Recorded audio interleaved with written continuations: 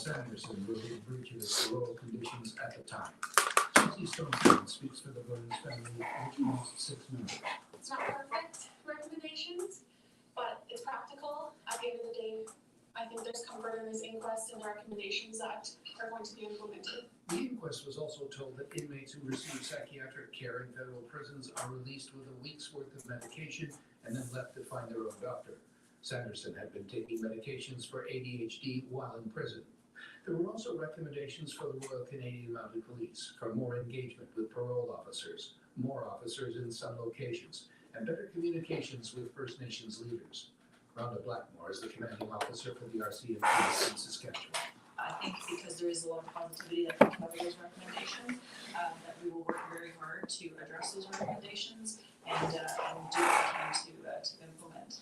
Some First Nations leaders say the challenge now will be to make sure that affected agencies will act on the recommendations, which are non-binding.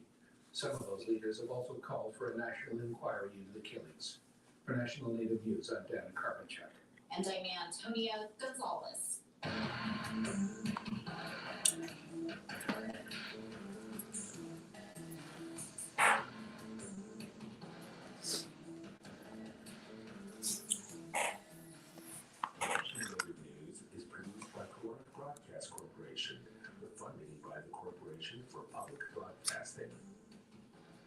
Support by BNSF Railway, proudly supporting the nation's economy by moving the goods that feed, supply, and power communities across the country.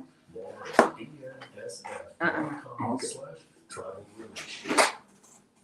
Support for law and justice-related programming provided by Hobbs, Strauss, Dean & Walker, LLP, a national law firm. DJ said it's no sound. Defending tribal rights for over 40 years. More information available at hobbsstrauss.com. Native Voice One, the Native American Radio Network. KABF is listener-supported community radio for Central Arkansas. We have been broadcasting from Little Rock with 100,000 watts of power for over 30 years as the voice of the people. Hi, I'm Steve Gilbert, and I believe this station is very special. You're on the radio, so I don't know. Radio station. Okay, that's fine. Offer many unique programs for the community we serve, including music and conversation. Programming you probably will not find on any other outlet. Most community radio stations operate at 100 watts or less, which really limits their reach to a small section of their community. KABF is one of only a small number of community radio stations that operate at 100,000 watts. This allows us to have as much coverage as most commercial radio stations. Most of the voices you hear on KABF are volunteers, but there are still a lot of expenses in running this radio station. We have a lot of equipment, including studio and transfer facilities that need to be maintained and updated. Rent, electricity, and other utilities are also added in there. KABF would not be able to bring you all this good programming without support from listeners like yourself. We would like to invite you to support this station and the programming you love by making a tax-deductible donation.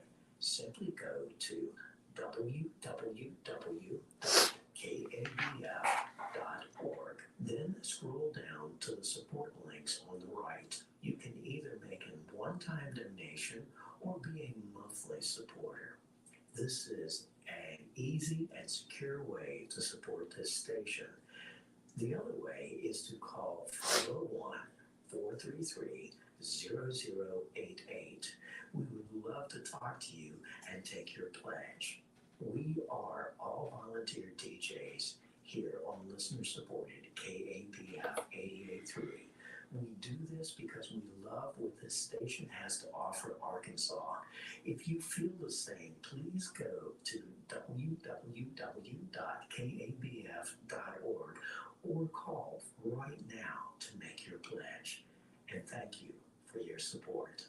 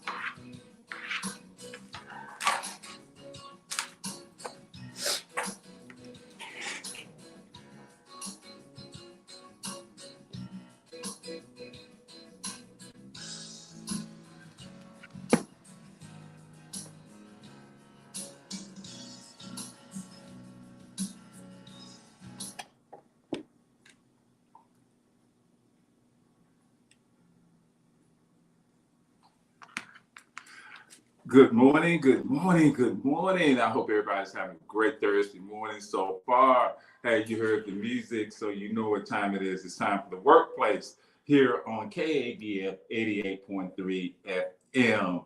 I'm your host for the workplace, Toney Orr, and as always, not always, but my co-host is in the studio this morning, the Reverend Dr. Denise Darnell. Good morning, Denise. Good morning, Grand Rising humans. Like I said, I hope everybody's having a great day so far, great morning so far. It is great to be back live in the studio. Been on the road, was on the road for about 10 days doing work. It's just good to be back. Just want to remind everybody that we are in Pledge Drive. And from my understanding, it has been going well. So I want to thank all of you who have been donating, all of you who have been sending pledges, more importantly, those who are listening to KABF 88.3 FM. For 40 years, KABF has been a beacon of light for the people, a voice for people, not only here in Little Rock and Central Arkansas, but globally through our streaming and through our affiliated radio stations in other countries and around the U.S. So before I get into the conversation this morning and my announcements, I'm going to give Denise the opportunity to greet you and see if she has any announcements. Okay, I've already greeted you, so I'm going to come with these announcements, okay? So Adrian Thompson and Ozark Living Newspaper presents Color Art Show Saturday, February 12th, and it starts at 7 and it ends at 9. So from 7 to 9 p.m. on Saturday, February 12th, there will be a color art show, and it is free to enter. It's free to get in. New Deal Gallery, that is the location, 2003 South Louisiana Street in Little Rock, 72206. There will be free coloring sheets. There will be free hors d'oeuvres and wine, and there will be interactive art in which you can participate. Secure your tickets for February 24th and 25th to hear Jonathan Bailey Holland's captivating work, Halcyon. That's not right. Oh, I thought that was Halcyon. Hallycon, Sun, commissioned to celebrate the opening of the National Underground Railroad Freedom Center. And so this is presented by the Arkansas Symphony Orchestra, and it will be held at the Robinson Center. So this is happening February 24th and 25th. Come out and hear this commissioned art piece, this musical expression from Jonathan Bailey Holland's captivating work. Also, you're invited, hashtag #ARProud. There's a community photo shoot happening on Saturday, February 24th from 10 a.m. to 1 p.m. at the Unitarian Universalist Church at 1818 Reservoir Road in Little Rock. Come be a part of the AR Proud Zine. It is a visual celebration of LGBTQ plus identity in Arkansas. The photo publication will showcase the joy, solidarity, and power of LGBTQ plus Arkansans. Please pre-register for this event. And I have the information if you would like to hit me up at 228-236-7440. Want you to know that Saturday the 17th at noon is the grand reopening of Elnora Wesley's The Home. This is happening at 1523 MLK Drive in Little Rock, across the street from the HBCU, Arkansas Baptist College. So this is the vegan restaurant that used to be in the studio over here on Chester, but now there's a new home, and it's on 1523 MLK Drive, and it's happening across the street from the HBCU, Arkansas Baptist College, the historically Black college, which is Arkansas Baptist. Come and be there as Remix Ideas presents this grand reopening for Elnora Wesley. Also, Segregation in Arkansas is hosting a Black History Month panel. Join us for a discussion by 4 well-known community leaders and authors on growing up in segregation in Arkansas. And that is happening on February 15th at 4:00 p.m. at the Argenta Library. Also want you to know that Angela Davis reads Toni Morrison, The Bluest Eye, a virtual public reading, and that is happening February 28th and 29th at 7 p.m. Eastern Standard Time. Also, Southern Arkansas University Tech has Dr. Chris Jones as its 2024 speaker for the Black History Month celebration, and that's happening on Thursday, February 22nd at 6:00 p.m. So those are all of the announcements. Oh, one more announcement. Okay, so Bali Open Mic Hype Night presents As a Matter of Black has it all. The doors open at 8:30 p.m. at the Aphrodisia Studio School of Performing Arts. This is hosted by Osiris Bali. So those are all of the announcements that I have for you today. If you need more information, you can call us here at the office at 501-372-6119, or you can reach out to me directly at 228-236-7440. I am willing to give you all the information. I'm willing to register you online if you do not have access to the internet, whatever it is that you need for us to get you plugged in to all of these community events that are happening in and around you. We will do whatever it takes. You can even call us right now in the studio. The phone lines are open at 501-433-0088, at 501-433-0088. We also have, I ran across this. I know that it's Black History Month, and several of us we are taking a different kind of posture as Black folks that do the work of presenting, whether it's facilitation, whether it's public speaking, whether it is whatever artistic expression that we offer to the community. Some of us are like, look, if the only time you're gonna call us is Black History Month because you need a token Black person to have this conversation for you, like many of us are saying, no, I'm not gonna do that. Other people are like, no, absolutely. I'm the one that you need to call because I have the information I can share the story in a way that other people cannot. And so it's up to you to decide how you're going to deal with that. But because it's Black History Month, other people are like, look, I don't want to talk about Black History Month just in February because it's Black History Month every month for those of us who are Black and for the whole of the country. Black History Month is real every single day. But having said all of that, I still want to take this time on this day to participate in Black History Month in this way, to remind us that Black people continue to, Black meaning an expansive definition, the most expansive definition of the word Black, meaning every member of the African diaspora. We have contributed to this country in ways that that this country continues to resist acknowledging. And so when we do have an opportunity, we want to make sure that we lift up and highlight that work so that we can be more informed about who we really are. Who we really are in terms of being racist, who we really are in terms of being a nation that's rooted in systems of oppression, and who we really are as who we really are shaped by the greatness of Black folks. So I just want to remind people that in 1839, Edmund Berger patented his invention, the spark plug. Spark plug patented by Black man named Edmund Berger, whichever way you're supposed to pronounce it. Want to make sure you have that information. And that's just a little tidbit. You can go on and do the rest of the research for yourself so that you can be more informed, more educated, so that you too can share the information to someone else. Okay, thank you, Denise. I had to do a little running around here in the studio. There was a misconnection with one of the connectors, and so it looked like we weren't broadcasting, but finally got it worked out. So good deal. So what I want to talk about today is that, so like I said earlier when I first started, that for the past over a week I was on the road,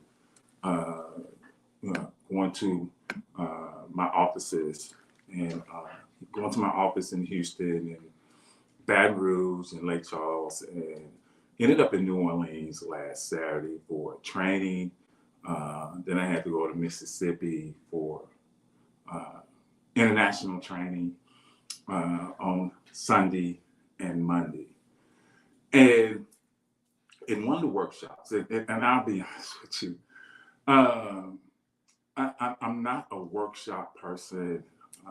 I don't mind being in a workshop and participating in a workshop, but sometimes I have a hard time facilitating a workshop. And I would have some anxieties about it. But this time, on one of the workshops I had to do, the workshop just flowed. It took on a whole life of its own. And the workshop was about relationships. Relationships, not just in our communities, but relationships around the world, in so many different areas. The one thing that we find out is that there are common themes that no matter where you are on the face of this planet, that you're going to face. There's some things you're going to face, whether it's climate change, whether it's housing, whether it's healthcare, whether it's wages, whether it's sexism, racism, capitalism, socialism. It's some things that are going to be common to everybody. But in this workshop, what was so great about this workshop and how these relationships, we talked about all these things that we all share, but then it started to break down to ask about the relationships that you had, not only in your community, not only in the work, but how do we, take what we've learned, take these ideas of relationship and take them back to other areas and try to form a coalition, or try to form, try to get people together to try and change some things and try to do the work. And what was great about this workshop, it had almost every type of diversity you can think of. We had LGBTQ, we had transgender, we had Black, we had white, we had European, we had African, we had Indian, people from India, we had people from the Middle East. We had all different types of religious ideas. You had Islam, you had Hindu, you had people who didn't subscribe to any type of religion. You had Christians, you had some Mormons, you had all these different, this different diversity. And we started to talk about, how do you take all these different things, bring them together so that you can go out and do the work. One thing we did come up with was that in the work that we do, there's not a human being that is not affected by the work we do, that in some way can gain from the work we do. And one of the most fascinating things is that I had someone from the Netherlands. He said, and this is where the conversation became great. He said that when he goes, he said there's not a great population, whether it's Black, and when I say Black, I'm talking about the whole African diaspora. He said it's not a great population, and when he goes into those neighborhoods, it becomes difficult for him to try to relate. And so we start to break down and ask why. Why it's so difficult. And the more we talked in this workshop, it came out that a lot of times, and we talk about this not just on the workplace, but we talk about it on other shows here on KVA. We talk about it on Community Voices, we talk about it on the barbershop, talk about it on Respect for Life, is that if you're not willing to own the complicity, you're not willing to own the fact that you may be a part of the issues that are going on, and because you won't accept being a part of it, it stops the flow, it stops the relationship, because now you can't relate. And if you can't relate, you get frustrated, you end up walking away saying that, hey, I don't understand. And so when we started talking, he started to talk about the Dutch in his country, and how what they're doing in their country and what they're doing to make healthcare affordable, what they're doing to make housing affordable, what they're doing to make education better. And then the question was asked, what about the damage that the Dutch did in South Africa? And let me tell you, for a moment, there was this hesitation from the Dutch organizer. In fact, there was some pushback from the Dutch organizer. But as we worked through it, as we talked through it, he realized that if he didn't understand that, then how could he understand when he goes into these neighborhoods? And so at the end of the workshop, like I said, it was a great workshop, but it also got me to thinking, how do we, not only with my organization, but with all these other organizations that are pushing for change. And like I said, it doesn't matter if your organization is fighting for climate change. It does not matter if you're fighting for reproductive rights. It does not matter if you're fighting for the rights of Black people. It does not matter if you fight for the rights of Indigenous people. At some point in time, you have to realize that there has to be some type of relationship that you can have. And let's face it, you can have that with everybody. You can't do it with everybody. But when you find those groups, or you find those people who are willing to, as we said in the workshop, get naked. And I don't mean the physical nakedness, but get naked, to where I'm pulling off my some of my ideas. I'm pulling off all those things that have made me comfortable, so that I can get uncomfortable, to understand that the work that needs to be done is work that will affect the lives of so many people. So today, I just want to, like I said, I want to have that conversation, but also I want to hear from you. What are some ideas that you have? What are some things that you think that coming together with these different groups? Because sometimes we have an organization, or we have a group, and we want to recreate something. Well, sometimes you don't have to recreate. You don't, because we already know what the issues are. So how do we form a coalition that can move not just in your neighborhood, not just in your city, but move globally? Because the one thing we don't talk about a lot is policies that are made in the US, policies that are made in the UK, policies that are made in Israel, policies that are made in Germany, policies that are made around the world affects everybody around the world. So you need to be able to get in relationship with different organizations to try to change the narrative.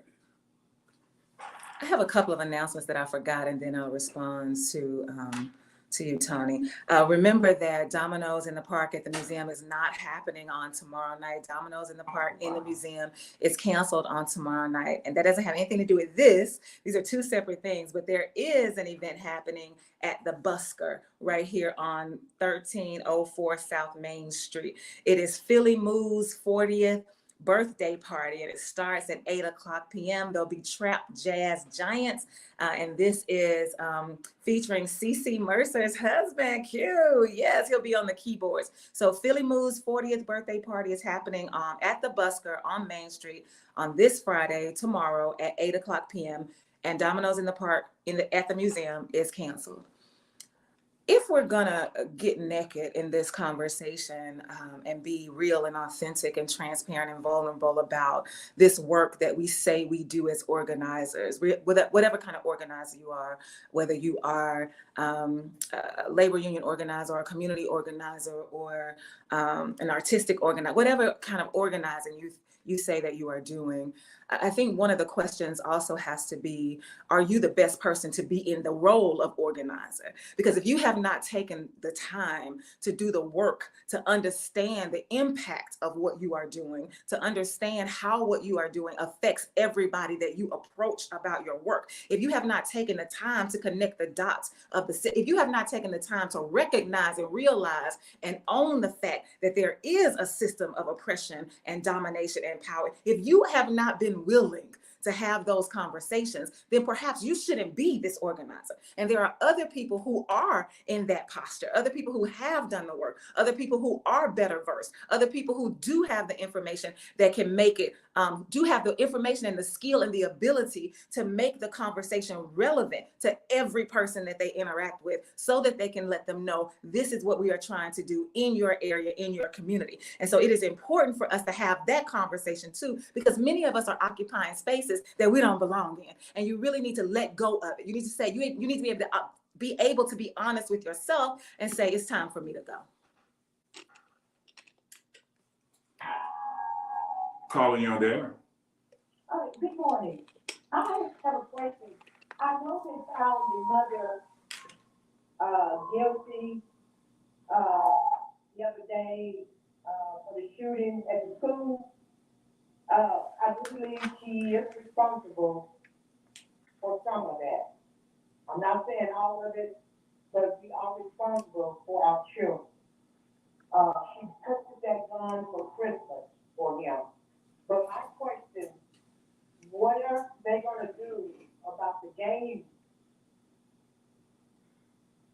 banging that shoot each other? Are they gonna hold some of those parents responsible? And I'm gonna hang up and listen, okay? Okay, thank you for the question. I don't know. I think what the caller is alluding to, and if I'm wrong, please call back and correct me. I think the caller is alluding to the mother of the young man in Michigan who killed several students at his school. They put her, in fact, her and her husband on trial, saying that because they gave him the gun, they showed him how to use the gun, and they knew that there were some issues with him, and that they didn't do anything about it. So they held them. I think she was charged with manslaughter, and so there's been, and I've just been hearing bits and pieces on the news about it, how people are saying that, some people are saying that yes, he should have, parents should be culpable.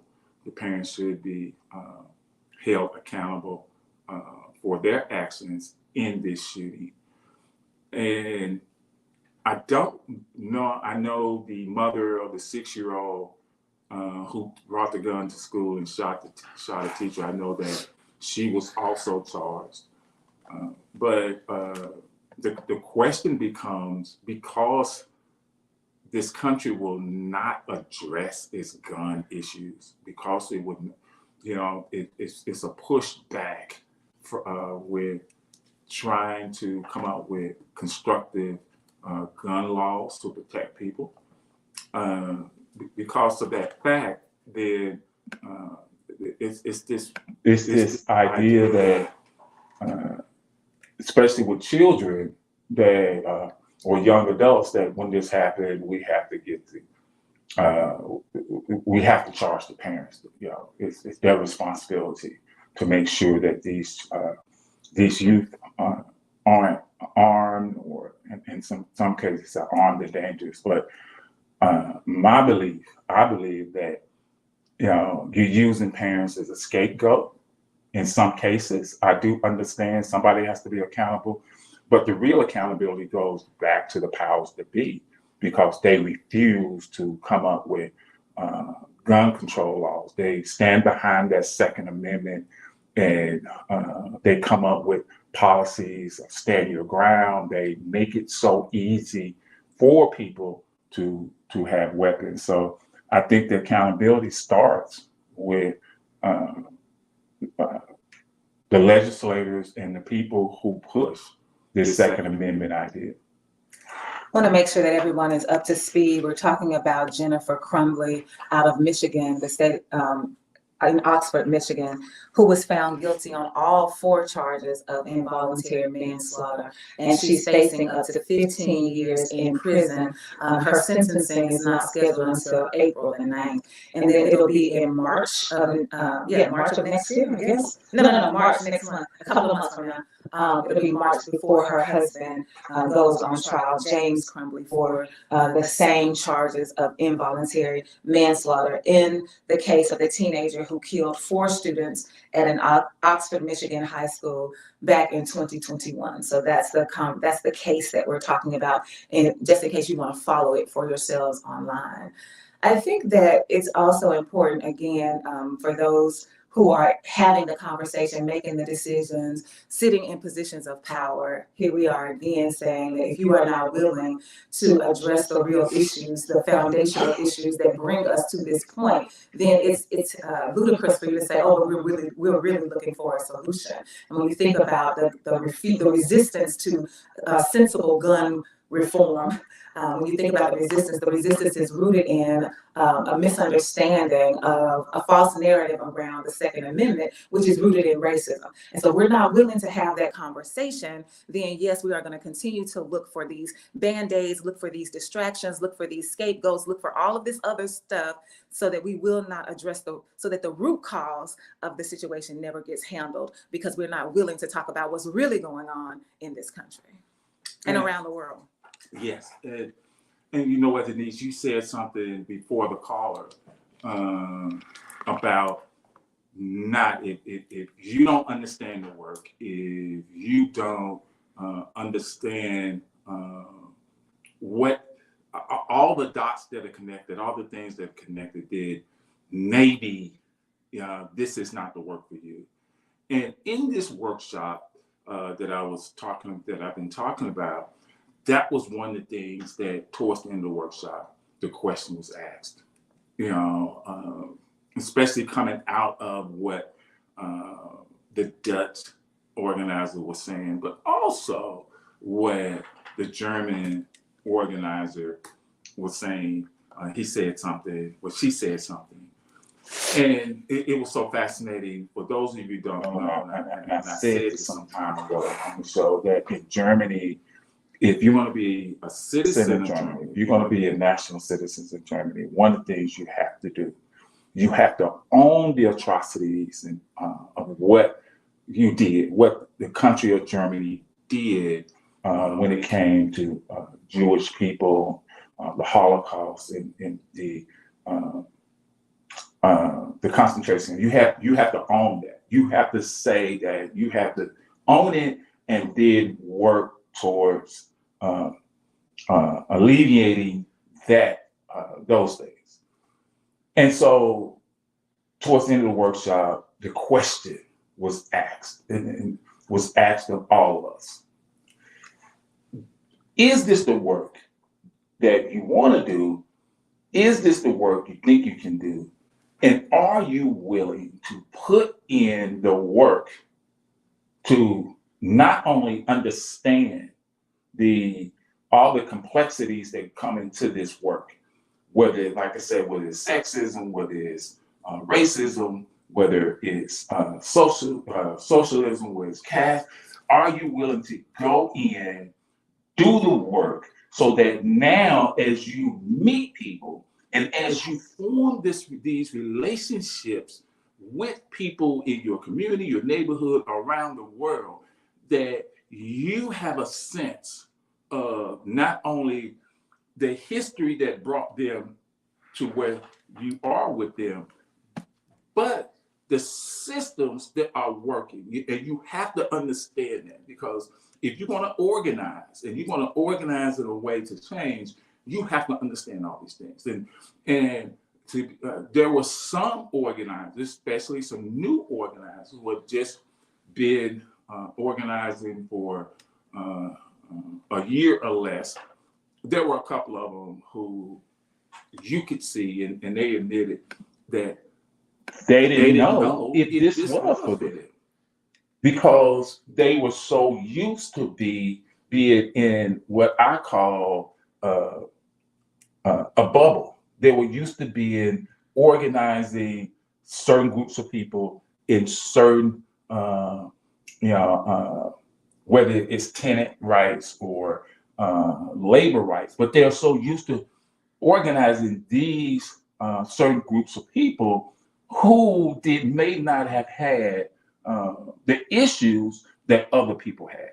But if we're going to push this organization, if you're going to push for this global change, and you have to fight it on all fronts, then you're going to end up in places that you may not, if you don't know anything about it, if you haven't did the research, it's going to make you uncomfortable. It's going to make you, indifferent, and it's going to make you look at the relationship you're trying to form in a different way. So that was a great question, Denise. That was a great response, because you do have to, at some point in time, whatever your organization is or whatever you're doing, you have to stop and think, am I really cut out for this?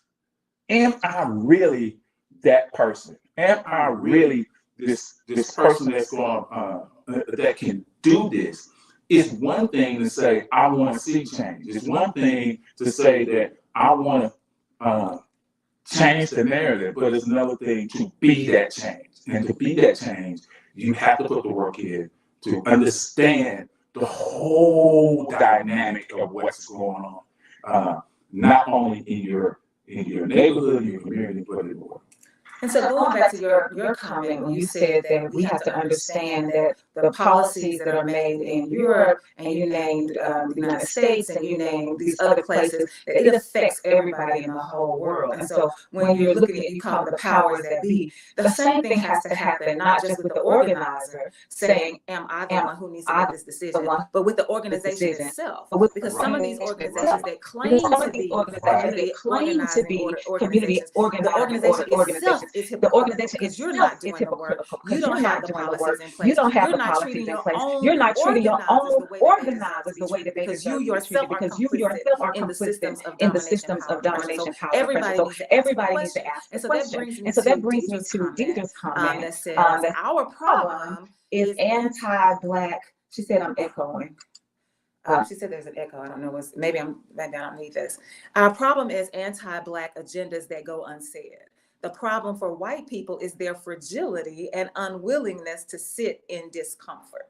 And I think you've said that a couple of times, Toney, might make you uncomfortable. And as a Black person in America, that's just interesting to me, because I'm like, so what's wrong with we've been uncomfortable our whole lives. Our lives are shaped by discomfort. And so for people who are members of the system of whiteness, the system of white inhumanity, for you to feel like it's difficult for you to be uncomfortable, that's mind-boggling to me, as if our whole existence is about making sure you remain comfortable. So your unwillingness to be uncomfortable, and your unwillingness to have the conversation, and how fragile you are when we do have the conversation, becomes problematic. And so I asked Deidre to say more about this anti-Black agenda that goes unsaid. And so she said, many folk water down everything that is Black folk centered. We muddy the waters when a movement has gained power. For example, Black Lives Matter, that movement gained power. And once it begins to gain power, now we want to say, oh, wait a minute. Black LGBTQ lives matter. Black workers matter. Black disabled people's lives matter. Like, we started doing all of that to break up the solidarity of the movement, which then caused the power of it to decrease. Black folk don't speak up when they blatantly see the division, policy issues, and other Black folks being turncoats. No one says out loud that poor white people follow Trump because he upholds white inhumanity, and all they have is their falsehood of whiteness. We don't have these conversations, and that's what we need to have. And so Phyllis is affirming you. Yes, absolutely, Toney. policies made in the United States, the so-called world leaders affect policies in the world. And again, this is an opportunity for us to ask these world leaders, are you the best people to be in these positions when you aren't willing to have the real conversations? And then Phyllis goes back to the caller and says, Kyle Rittenhouse, y'all remember Kyle Rittenhouse? Yes. He was 17 years old when he shot 3 people and he killed 2 of them. His mother drove her son, who was armed, across the Illinois-Wisconsin border. She wasn't even charged with anything.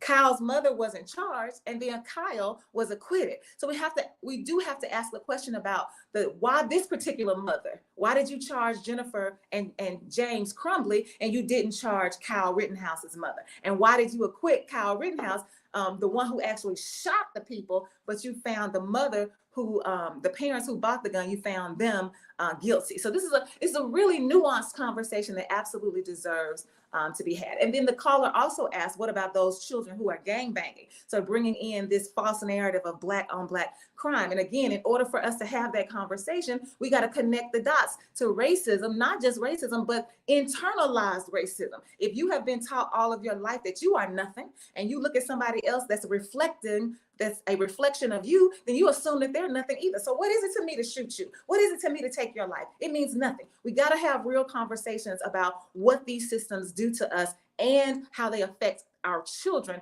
on the inside and the outside. And you're so true. Going back to when we were talking about the uncomfortability, and you were right, because sometimes there is this idea here in the U.S. and around the world is that that white inhumanity shouldn't be made to feel uncomfortable. It's this idea that, we haven't done anything to be uncomfortable. So why are you blaming me? Why are you coming at me? And I don't like it. Well, I don't care if you don't like it or not. The thing you have to do is that because of a lot of these issues has you can trace the line backwards. It's because going back to talking about the Dutch organizer, you want to go to South Africa and organize, in these neighborhoods, in these villages. You want to organize around water. You want to organize around housing. You want to organize around electricity. But you're going without knowing how did it get there.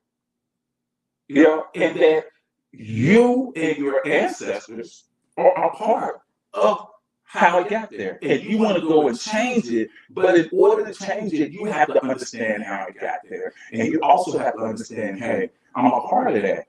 And by accepting that, then you can work to try to change it. You can bring in other people that feel the same way, that own the same thing, and then try to change some things. Another thing that I found out on Saturday, I had to do a training in New Orleans with a group called A2, Anthropine Alliance. I think I said it. Anthropine Alliance, A2. And so A2 offered these different groups, these different organizing groups, offered for them to come down, to be trained, to learn about organizing, to become better organizers. What they did, though, they said, okay, you come, we'll make sure you have breakfast, we'll make sure you have lunch, we'll make sure you have a place to stay for those who travel in. I know a couple of organizers from Arkansas Community Organization, they went, they showed up, but they also gave them money. They gave them expense money, which is fine, But the problem that you could see is some of these people showed up because, hey, I'm getting some money. They're going to give me some money, so they showed up. Don't talk directly into it. Okay. Another thing that happened is because A2 is giving us these grants, and going back to what you said, Denise, that sometimes people, organizations will say they're about the work, but are they about the work or are they about getting that money? And I'm going to do just enough to keep the money coming in, to keep the grant coming in. And because you're doing that, then you're not really being effective as an organization. And then you want another organization who is about the work, who are trying to do the change, who's trying to be in relationships, who's trying to understand the system of right and humanity, who's trying to understand the power structure and trying to change it. Now you want to align yourself with those, with that type of organization. And as an organization that's doing that work, at some point in time, you have to stop and say, you know what, there's not enough, there's not an amount of money. We can't deal with you because your organization is going to contaminate our organization, going back to what Dee just said about how other organizations came in and diluted the power of the Black Lives Movement. Let me get this call. Call you on there. Yeah, people of clothing. Now, the basic initial requirement for establishing justice among the people of the universe is first to eliminate the practice of racism. And we're talking about coalition and all that. But do you think it's not fair when we don't share the airways with the community for everybody to have an input to how this can be done and the proper procedure for eliminating racism and producing justice? I don't understand the question because you're on the air. The question is the deal about sharing the airways. You're on the airway. So I don't understand the question. To others also. It seems like when we try to call in, we don't get an answer. Listen. This is the workplace. You know, you can't speak. What Denise do on her show. Listen. This is the workplace. We're talking about issues and conversation for the workplace. On any other show, whatever they're talking about is what they're talking about. And they have the right not to answer a phone or not. But this is the workplace. So if you want to talk about what we're talking about now on the workplace, we can. Okay, proper procedure is what I'm talking about. Would you not think it deal to be welcoming and having a community involved in it? This is what I said. We started out as a community show where you had call after call. Listen. So listen.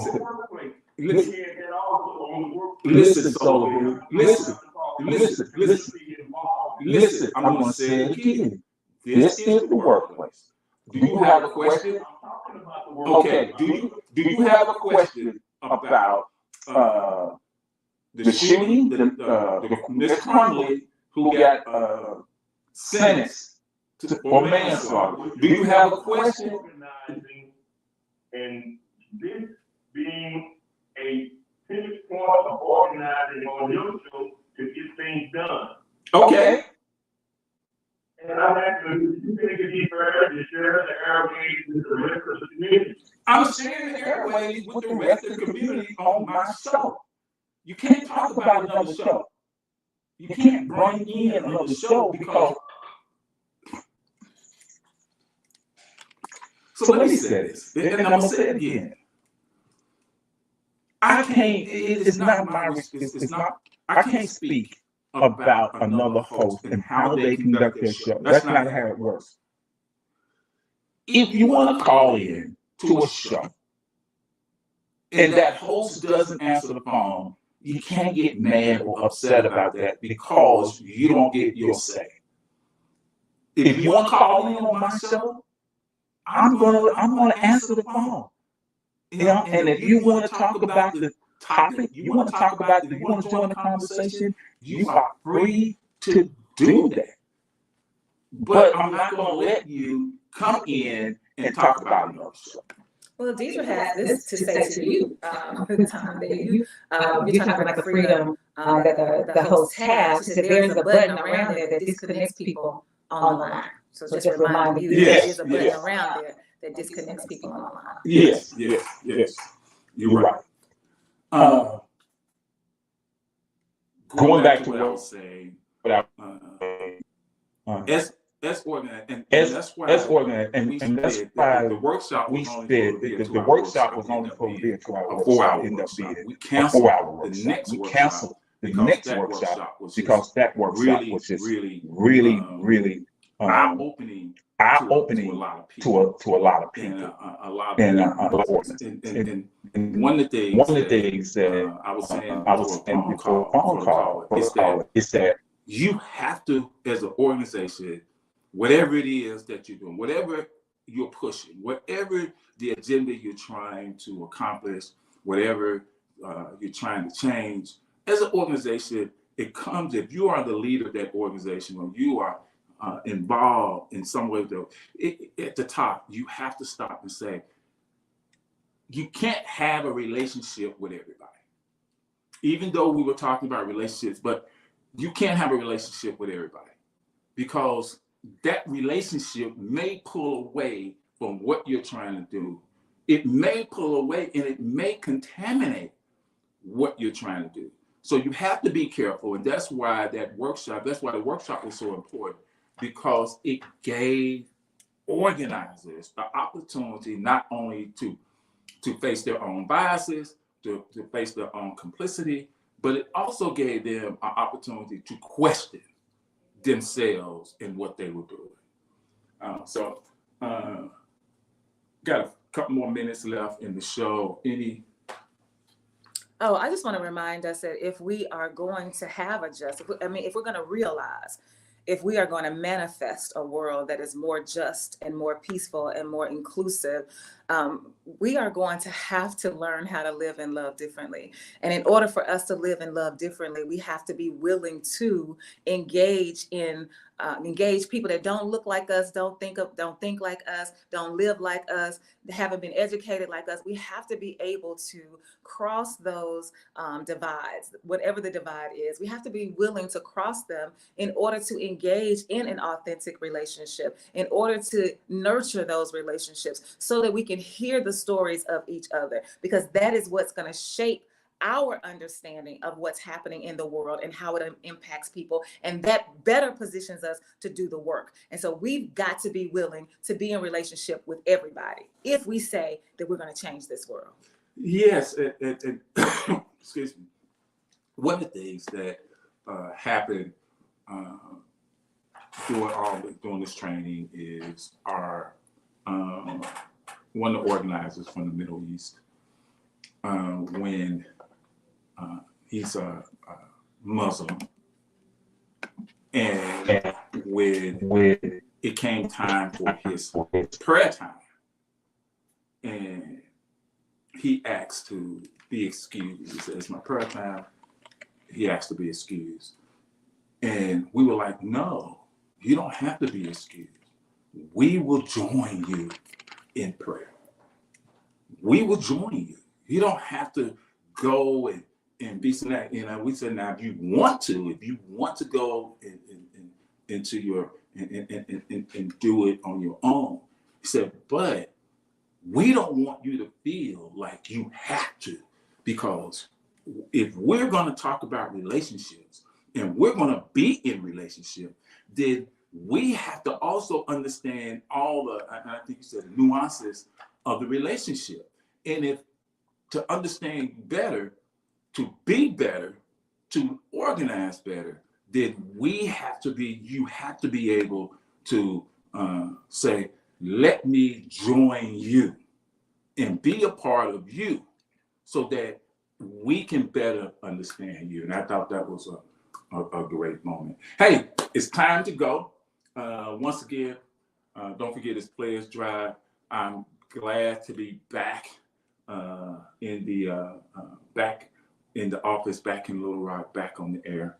So no dominoes at the museum this Friday, join me and Neil Monday for the workplace Down with That from 4 to 5 on Monday. Join me and Denise and me for Community Voices Tuesday from 9 to 10. And join me and Denise on next Thursday. I think next Thursday is the third Thursday. It's the third Thursday. Uh-huh. If it's the third Thursday, then it'd be the Health Corner. So enjoy the rest of your day. Make sure you hit some of these events that's going on, and talk to you. See you later. Peace out.